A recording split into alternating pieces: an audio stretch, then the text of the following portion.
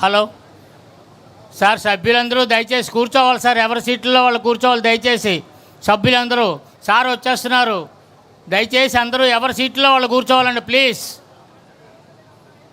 బయట వాళ్ళందరూ వెళ్ళిపోవాలండి. పిఏలు పిఎస్లు అందరూ బయటికి వెళ్ళిపోవాలండి. ఓన్లీ ఇన్వైటీస్ మాత్రమే లోన కూర్చోవాలి.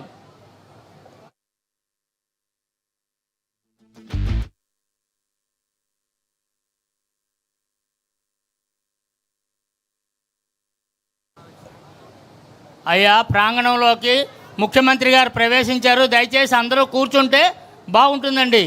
ప్రాంగణంలోకి ముఖ్యమంత్రి గారు వచ్చేసారు. ఇంక త్వరలో మన దగ్గరికి వచ్చేస్తారు. దయచేసి అందరూ కూర్చోండి. ఈ స్టాఫ్ వర్కర్సు అందరూ. ఇక నూతనంగా ఎంపికైనటువంటి కార్యవర్గానికి దశను దిశను భవిష్యత్ నిర్దేశనాన్ని చేయడానికి మన ప్రియతమ నేత జాతీయ పార్టీ అధ్యక్షులు ముఖ్యమంత్రి గారు శ్రీ నారా చంద్రబాబు నాయుడు గారు మనల్ని ఉద్దేశించి ప్రసంగించాల్సిందిగా సవినయంగా ఆహ్వానిస్తున్నాం. ఎంపీలు ఎమ్మెల్యేలు కలిసి పనిచేయాలి. ఎమ్మెల్యే ఆ కాన్స్టిట్యున్సీలో ఉండే కమిటీలతో కలిసి పనిచేయాలి. ఎంపీ పోయినప్పుడు నేను చూస్తున్నప్పుడప్పుడు ఎమ్మెల్యేలు నేను చెప్పినప్పుడే నువ్వు రావాలనడం, అదే మరి ఎమ్మెల్యేలంతా కూడా కార్యకర్త నా మాటలు వినకుండా నా పర్మిషన్ లేకుండా చేయకూడదని చెప్పడం, ఆదేశాలు ఇవ్వడం. అంటే ఈయన పర్మిషన్ లేకపోతే మండల పార్టీ ప్రెసిడెంట్ పనిచేయకూడదు, క్లస్టర్ పనిచేయకూడదు, యూనిట్ పనిచేయకూడదు. ఒకవేళ ఎంపీ వచ్చినా అక్కడ ఎవరు ఈయన రిసీవ్ చేసుకోకూడదు ఆయన చెప్పే వరకు. ఇది మంచి పద్ధతి కాదు. ఒకప్పుడు తెలుగుదేశం పార్టీ ఒక ఉన్నతమైన సాంప్రదాయాలతో, ఒక మండల పార్టీ ఎన్నిక ఎమ్మెల్యేకి సంబంధం లేదు. ఆ మీటింగ్లో ఆయన ఉండడు. అందరినీ కూర్చొని పెట్టి సెలెక్ట్ చేసి ఎవరైతే మండల పార్టీ ప్రెసిడెంట్ ఉన్నాడో ఆ పార్టీ అధ్యక్షుడితో ఆయన పనిచేయించుకోవాలంతే. అలాంటి సాంప్రదాయాలు ఉండే పార్టీ అందుకే ఈరోజు నిలబడింది. లేకపోతే ఇంకోటి కూడా చెప్తున్నా, మీరందరూ గుర్తుపెట్టుకోవాలి. తెలుగుదేశం పార్టీ కార్యకర్తలు మాతో ఉంటారనుకుంటారు. మీరు అధికారంలో ఉన్నంత వరకు ఉంటారు. టికెట్ ఇస్తే మీతో ఉంటారు. టికెట్ ఇవ్వని మరుక్షణం తెలుగుదేశం పార్టీతో ఉంటారు. ఆ జెండాకే పనిచేస్తారు. నేను చాలా ఎన్నికల్లో చూశా. నాట్ 1 or 2 ఎలక్షన్స్, 9 ఎన్నికల్లో చూశా. 45 ఏళ్లుగా చూస్తున్నా. అది తెలుగుదేశం పార్టీ కార్యకర్త యొక్క విశిష్టత అని చెప్పి కూడా నేను మీకు తెలియజేస్తున్నా. ప్రజా సమస్యలు పరిష్కారం చేయడంలో కూడా మనం చాలా వరకు జాగ్రత్తగా ఉండాలి, ఓపికగా తీసుకోవాలి. ఇక్కడ కానీ జిల్లాల్లో కానీ మీరు ఇవన్నీ తీసుకుని ఎక్కడికక్కడ ఇవన్నీ పరిష్కారం చేయాలి. ఇంకొక పక్కన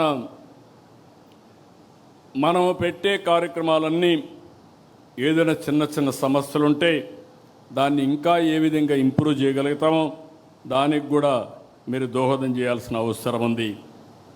ప్రతి ఒక్క నాయకుడిని ఈరోజు మిమ్మల్ని ఒకటే కోరుతున్నా, మన వల్ల పార్టీ ప్రతిష్ట పెరగాలి.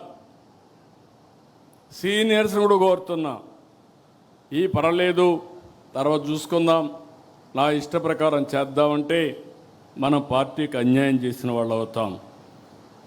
చివరిగా చెప్తున్నా, పార్టీ గౌరవాన్ని పెంచేలా, ప్రభుత్వ ప్రతిష్ట పెంచేలా మీరందరూ కూడా పనిచేయాలి.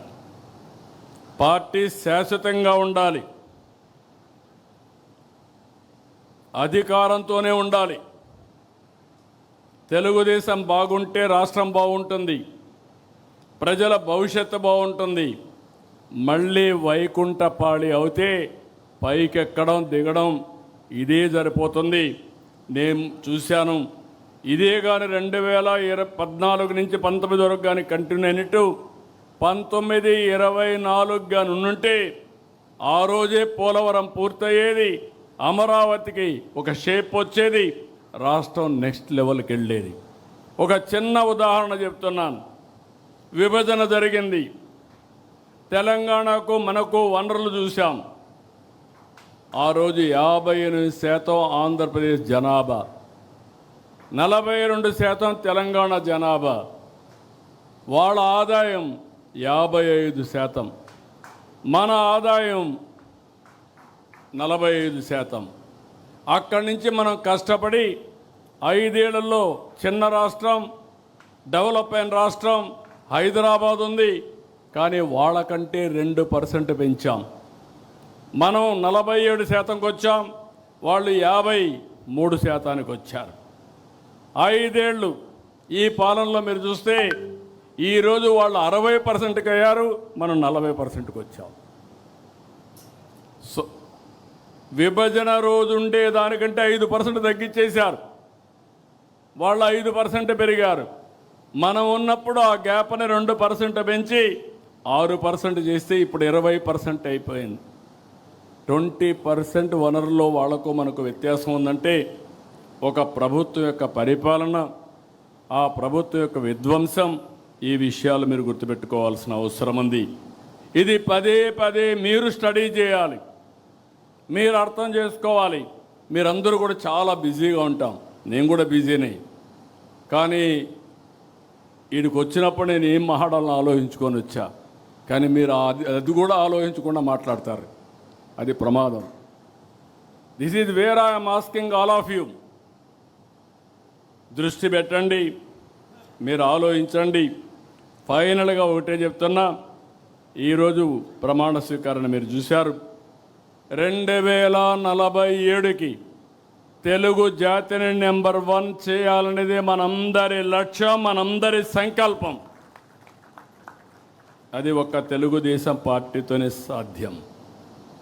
మళ్ళీ మళ్ళీ ఇక్కడ విజ్ఞప్తి చేస్తున్నాం, మీ అందరికీ కూడా చెప్తున్నాను.